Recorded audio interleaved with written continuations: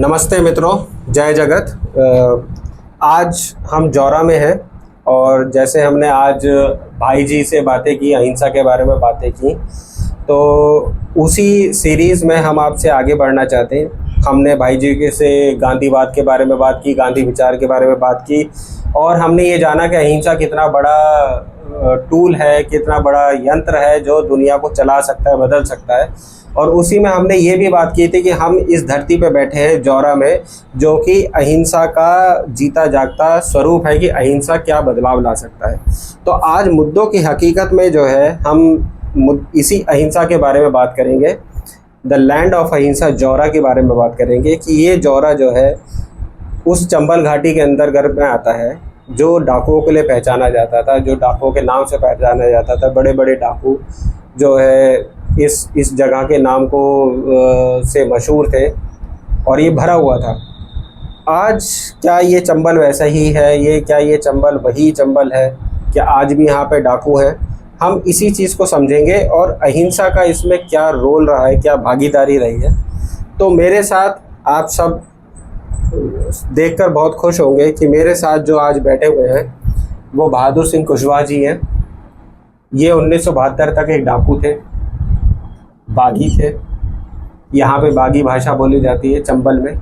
और इन्होंने 1972 में भाई जी के संरक्षण में और जो हमारे देश के बहुत बड़े नेता थे जैसे जयप्रकाश नारायण जी थे, उस समय के मध्य प्रदेश के मुख्यमंत्री थे प्रकाश चंद्र सेठी जी, उन सब की मदद से जो है उन्होंने समर्पण किया और आज एक सभ्य समाज में और एक प्रतिष्ठित समाज में प्रतिष्ठित व्यक्ति की तरह महात्मा गांधी सेवा आश्रम में रह रहे हैं, साधारण जीवन जी रहे हैं। और ऐसे ही एक नहीं, दो नहीं, 10 नहीं, हम एक समय में 250-300 बागियों की बात कर रहे हैं जिन्होंने 654 लोग जी, जिन्होंने भाई जी की मदद से जो है समर्पण किया, अपने जीवन को बदला, अपने परिवार के जीवन को बदला और ना जाने कितने लोगों की जिंदगियां बचाई जो उनकी वजह से या तो जो परिवार में है तो वो परेशान है कि हमारा घर का बच्चा बागी बन गया है। तो अब हमको ये समझना है कि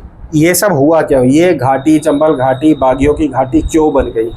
पहले तो हम इस बात को समझेंगे। तो सबसे पहले तो मैं स्वागत करता हूँ बहादुर सिंह कुशवाहा जी का। आपका इस चैनल में स्वागत है और मैं चाहूँगा कि एक संक्षिप्त में बहादुर जी आप अपने बारे में बताइए कि जैसे आपने हमको बताया था कि आप बागी बने कैसे थे, आपका बागी बनने का सफ़र तय कैसे हुआ, मतलब आप उस रास्ते तक पहुँचे कैसे। आपने बताया कि मैं आर्मी में था, यहीं पे साधारण परिवार में रहता था, परिवार का कोई इतिहास नहीं था बागी का, कि ऐसा नहीं है कि सब बागी हैं तो मैं भी बागी बन गया। साधारण परिवार था लेकिन वहाँ से बहादुर जी बागी बन गए। तो मैं ये आप एक संक्षिप्त में कृपया करके बताइए कि ये हुआ कैसे सारा। सर ऐसा हुआ था, मेरा नाम बहादुर सिंह कुशवाहा है और मेरे शुरुआत है, मेरे माता पिता बचपन में ही ख़त्म हो गए। मैं डेढ़ साल का 2 साल का बच्चा था। तो मेरे परिवार के लोग ही चाचा के, ताऊ के दमंग लोग थे, तो उन्होंने मुझे बेइज्जती से रखा, बड़ी बुरी तरह से रखा, मारपीट करते थे। और एक मेरा चाचा था, उसने मेरी मदद कुछ की थी थोड़ी। चाचा ने मेरी मदद की तो मेरी 15-16 साल की उम्र तक मेरी मदद की।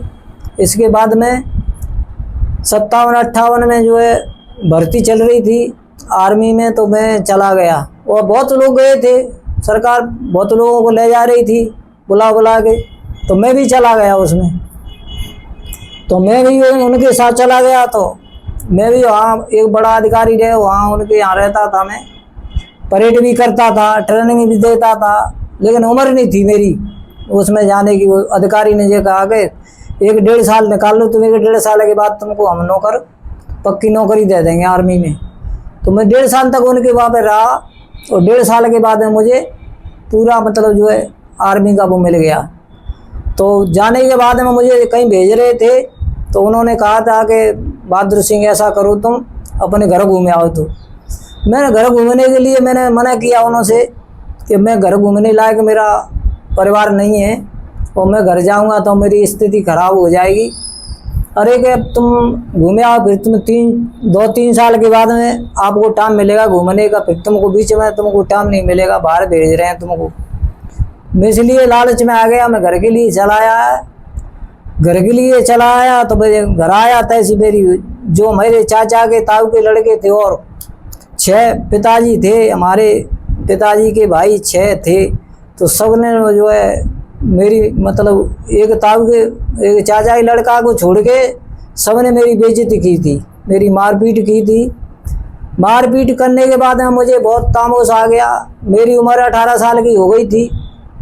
18-19 साल की उम्र में तो मैंने सोचा था, और लोग बाग गांव में बैठे उठते थे, उन्होंने बताया कि तुम्हारा जीवन ऐसे पार नहीं हुआ, क्योंकि चंबल घाटी में बहुत बड़ा आतंक चल रहा था और चंबल घाटी जो है डाकुओं से भरी थी और ज़्यादा रास्ता खोजने की ज़रूरत नहीं पड़ती थी। तब टकरा जाते, एक दूसरे लोग बता देते थे कि ये मतलब यहाँ बटालियन है डाकुओं की पड़ी हुई है, यहाँ पड़ा हुआ है, यहाँ मिल सकते हम बलवा देंगे।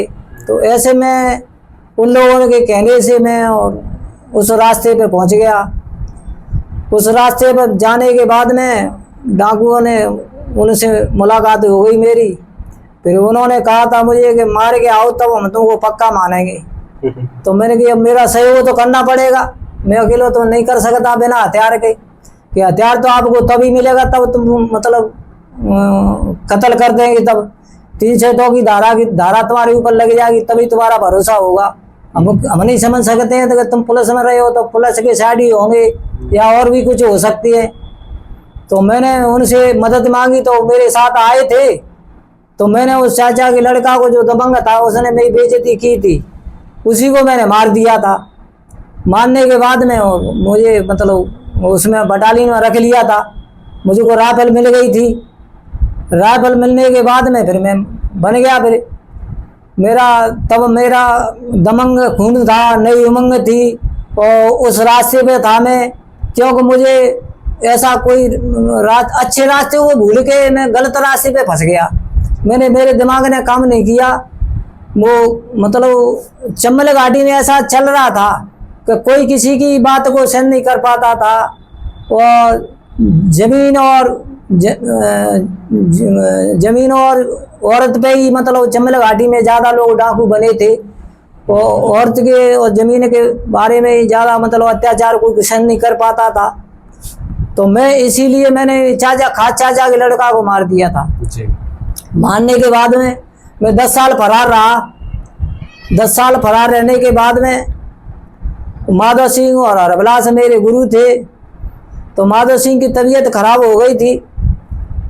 हमने चारों तरफ बहुत घूमे थे, भोपाल है, राजस्थान है, इटावा है, भिंड है, बहुत दूर तक दौड़ते भजते रहते थे और श्रीमथुरा है, बहुत दूर तक जाते थे, काम करके लाते थे।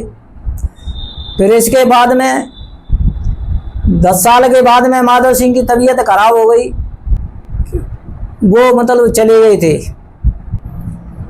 तो अभी तक जो हमने आपकी कहानी सुनी उससे हमें ये समझ में आया कि समाज की मानसिकता में हिंसक स्वभाव था कहीं ना कहीं। आपके माता पिता नहीं रहे तो आपके जो भाई बहन थे, जो आपके पिता के भाई बहन थे, उनको आपको पालने की बजाय उन्होंने आपकी ज़मीन को हड़पना समझा। एक ने मदद की, एक के अलावा बाकी सबका यही था कि अब इसका कोई नहीं है, इसकी ज़मीन हड़पना आसान है, इसकी ज़मीन हड़प लो, इसे निकाल दो। आप निकल गए, आर्मी में चले गए, वो एक अच्छा ही कदम था। लेकिन आप जो है जब वापस आए, मन होता है अपने लोगों को देखने का। आप अच्छे भाव से आए थे, अपने मन से कि प्रेम के भाव से आए थे कि चलो देख लेता हूँ, मिल लेता हूँ। आप मिलने आए तो उन्होंने और आपके साथ गलत ही व्यवहार किया कि ये अपनी ज़मीन लेने के लिए आया है ना। तो वो समाज का एक हिंसक भाव था और आपके साथ बेइज्जती की गई। फिर आपको किसी ने ये नहीं बोला कि नहीं ठीक है भाई तुम इसे भूल जाओ या तुम्हें थोड़ी ज़मीन हम तुम्हारी दिलवा देंगे या कहीं और से दिलवा देंगे। बहुत मैंने सबों से बोला था जी। तो किसी ने भी, समाज ने उसको पॉजिटिवली नहीं लिया, उसको अहिंसात्मक रूप से नहीं लिया, उसको और भड़काया कि बड़े वापस आर्मी में मत जाओ, तुम बागी बन जाओ। बड़े बड़े दबंग लोगों से मैंने हाथ जोड़ा था जी। कि दमंग लोगों से कि आपकी बात को माना जाएगा तो मेरा भविष्य नहीं खराब होगा। जी लेकिन किसी ने, वो उतने दादा थे वो कोई मतलब तैयार ही नहीं होता था कि हम फैसला करवा देंगे तुम्हारा, तुम्हारे माँ पे फैसला हो जाएगा। सब लोग मना कर देते। तो वही हम आज के समाज को बताना चाहते हैं, आज के युवाओं को बताना चाहते हैं कि जब समाज की मानसिकता में जो है लालच भर जाता है कि तुम्हारे हिस्से की जो ज़मीन थी वो तुम्हारे लिए काफ़ी नहीं थी, तुम्हारे भाई के हिस्से की ज़मीन तुम्हें चाहिए थी ताकि और तुम अपना बढ़ा लेते और उनका हिस्सा कम कर देते। समाज की एक मानसिकता थी कि हमें और चाहिए, जो हम इससे पहले भाई जी से इंटरव्यू में बात कर रहे थे। एक तो इनडायरेक्ट वायलेंस की वो बात कर रहे थे। इनडायरेक्ट वायलेंस इसी को कहते हैं कि मैं इसका ले लूँ, अपने भाई की भी ले लूँ ज़मीन और इसका भी ज़मीन ले लूँ, जिसका जो पैसा मिल जाए, जहाँ से मिल जाए ले ले। जो उन्होंने एक बात और की गांधी विचार में कि किसी चीज़ के पाने का नहीं, वो किस तरीके से पाया गया ये भी देखना चाहिए। तो किस तरीके से पाया गया आज हम ये नहीं सोचते, मुझे धन मिल जाए बस हम ये सोचते हैं, हम ये नहीं सोचते वो कैसे आया है। तो यही सारे अहिंसक समाज की मानसिकता को दर्शाते हैं। और उसी अहिंसक मानसिकता का आप ये उदाहरण देखिए कि ये चंबल घाटी जो है इतनी ज़्यादा बदनाम हो गई थी, जो सिर्फ डाकुओं की घाटी कहलाती थी, उसी हिंसक विचारों की वजह से समाज में, क्योंकि हिंसा ही फैली थी, कोई भी पॉजिटिवली उस चीज़ को लेके नहीं जा रहा था, उसकी वजह से आज ये हाल हो गया था 1972 तक, 1975 तक कि डाकुओं की कहानी आएगी तो चंबल से आएगी। डाकू का नाम मतलब चंबल, वो एक दूसरे के सिनोनिम्स हो गए थे। डाकू और चंबल शब्द अलग अलग नहीं थे। ये एक हिंसक समाज का था जिसे इनडायरेक्ट वायलेंस भाई जी ने बताया। और इसी इनडायरेक्ट वायलेंस को अगर आप देखें तो आज के समाज में, आज भी हमारे समाज में पनप रहा है। छोटे बच्चे खिलौना लेते हैं तो बंदूक का खिलौना लेते हैं, गेम खेलते हैं तो फाइटिंग वाला मार धाड़ वाला गेम खेलते हैं। पति पत्नी क्या करते हैं, ज़रा सी बात नहीं हो रही, यार ये चल नहीं रहा, it's not working any more, चलो लेट्स हैव अ डिवोर्स। मैं बहुत छोटी छोटी बात पे है ना, कोई सॉल्यूशन नहीं है, डिवोर्स ले लेते हैं, उसको सॉल्यूशन की बात नहीं करते।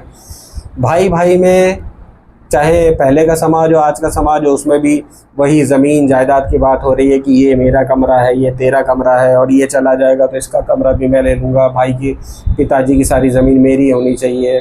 सरकार कहती है कि बहनों का हिस्सा होना चाहिए, तो भाई लोग बहनों को घर से निकाल देते हैं। माँ बाप बूढ़े हो जाते तो उनको घर से निकाल देते हैं, इनको हम नहीं झेल सकते। तो कहीं ना कहीं हर जगह समाज में जो है एक हिंसक प्रवृत्ति, इनडायरेक्ट वायलेंस है। तो हमें चंबल से ये सीखना चाहिए कि इस तरह की हर जगह की हिंसक प्रवृत्ति जो है समाज को अंधेरे में ही ढकेलेगी, चंबल घाटी ही बनाएगी, उसको फूलों की वादी नहीं बना पाएगी। तो समाज को इस तरह के एग्जाम्पल, बहादुर जी का एग्जाम्पल सुन के ये समझना चाहिए। और आज बहादुर जी हमारे साथ बैठे हैं, इनके पास ना तो कोई बंदूक है, ना ये आज की डेट में डाकू हैं, आज की डेट में ये समाज सेवी है। और आज से नहीं है, ये पिछले कई सालों से समाज सेवी है, 20-25 साल से ज़्यादा इन्हें हो गए। हथियार डाले तभी से ही है वो तो जी, हथियार का तो कसम ही खा लिया हमने तभी से जी, कि हाथ में हथियार तो उठाएंगे। आप देखिए जब भाई जी आए, सुब्बा राव जी आए, भाई जी और हमारे राजा जी आए यहाँ पे, और उन्होंने सारे बागियों को समझाया कि आप हथियार डालिए, हम आपकी मदद करेंगे और आपका समाज में स्थान भी बनाएंगे। तो आज वही चंबल घाटी जो है वो किसके लिए अब सुनने में आता है? अब डाकुओं के लिए सुनने में नहीं आता। अब आपको कोई भी डाकू वहाँ से सुनने में नहीं मिलेगा। अब आपको यहाँ से पीली सरसों दिखाई देगी, आपको शहद दिखाई देगा, दूध दिखाई देगा, महात्मा गांधी सेवा आश्रम दिखाई देगा। आज वही चंबल, वही इलाका जो है बदल गया है, सिर्फ किसकी वजह से? अहिंसा की वजह से। और इसीलिए जौरा को जो है अहिंसा की धरती कहा जाता है। तो हमारा मानना ये है, और जितने भी गांधीवादी विचार हैं उनका मानना ये है कि समाज अहिंसा से चल सकता है, हिंसा से नहीं चल सकता। और बहादुर सिंह कुशवाहा जी से और यहाँ की चंबल घाटी के इतिहास से हमको ये सीखना चाहिए कि हमारे मानसिकता में जो अहिंसा पनप रही है, हमारे माँ बाप को, हमारे बड़े भाई बहनों को ये सबको समझना चाहिए कि हमारे बच्चे कहाँ जा रहे हैं, किस दिशा में जा रहे हैं।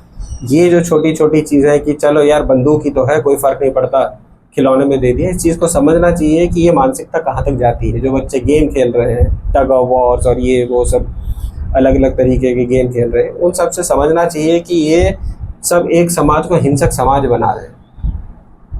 और मंथन करने की आवश्यकता है कि हम समाज को अहिंसा की तरफ ले जाएं, गांधी विचारों को पढ़ें, गांधी विचारों को समझें नॉन वायलेंस होता क्या है और इनडायरेक्ट वायलेंस क्या होता है, डायरेक्ट वायलेंस क्या होता है, और कितनी जल्दी बदल जाता है हमें पता भी नहीं चलता है।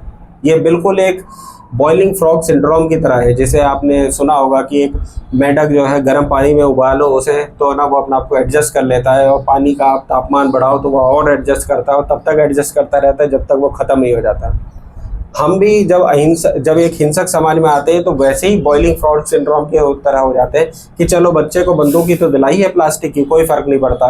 वो प्लास्टिक की बंदूक फिर वीडियो गेम में बदल जाती है, फिर वो वीडियो गेम जो है थोड़ा सा और सोफिस्टिकेटेड एयर गन में बदल जाती है ना। वैसे ही हम धीरे धीरे उसको अडॉप्ट करते रहते हैं हिंसा को, और फिर वो हिंसा इतनी बड़ी हो जाती है कि हमें समझ में नहीं आता है कि वो समाज ऐसा भी हो सकता है जैसे अमेरिका में है कि हर छोटा बच्चा है, आप कोल्ड ड्रिंक की तरह दुकान से बंदूक खरीद के ले आइए और चला दीजिए किसी पे भी। तो उस समाज की तरफ ना ले जाएं। भारत जो है एक अहिंसा की धरती है, गांधी जी की धरती है, और गांधी जी के विचारों की धरती है। जैसा भाई जी ने कहा था कि जो नॉन वायलेंस टेक्नोलॉजी है वो भारत से ही आ सकती है। तो भारत के लोगों को इस बात को समझना चाहिए, गांधी विचारों को पढ़ना चाहिए, सुनना चाहिए, महात्मा गांधी सेवा आश्रम आना चाहिए। इसी संदिग्ध संदर्भ में भाई जी और अभी हमारी जब राजा जी से बात हो रही थी कि इस आश्रम से हम कैसे इसको आगे युवाओं को बढ़ा सकते हैं, तो राजा जी ने हमें भी बताया कि क्यों ना हम एक पीस टूरिज़्म की शुरुआत करें, ऐसे स्थानों पे आएँ। ये एक तरीके का तीर्थ स्थान ही है अगर अहिंसावादियों की बात करी जाए, कि ऐसे स्थान में आए, महात्मा गांधी सेवा आश्रम में आए और समझें कि अहिंसावादी विचार क्या होते हैं, अहिंसावादी समाज क्या होता है और उससे कितना बदलाव आता है। तो शायद बहुत ही जल्दी महात्मा गांधी सेवा आश्रम एक पीस टूरिज़्म की शुरुआत करेगा, युवाओं को बुलाएगा, और भाग्य होगा तो बहादुर सिंह जी जैसे लोगों से मिलेंगे और ऐसे और बहुत सारे लोगों से मिलेंगे और समझेंगे कि हिंसा से अहिंसा आने में कितना फ़र्क है, समाज कितना बदलता है, कैसे बड़े बड़े लोग आपको यहाँ पे मिलेंगे। तो इसी के साथ हम आज का वीडियो बंद करते हैं। धन्यवाद आप सबका, बहुत बहुत शुक्रिया। जय जगत।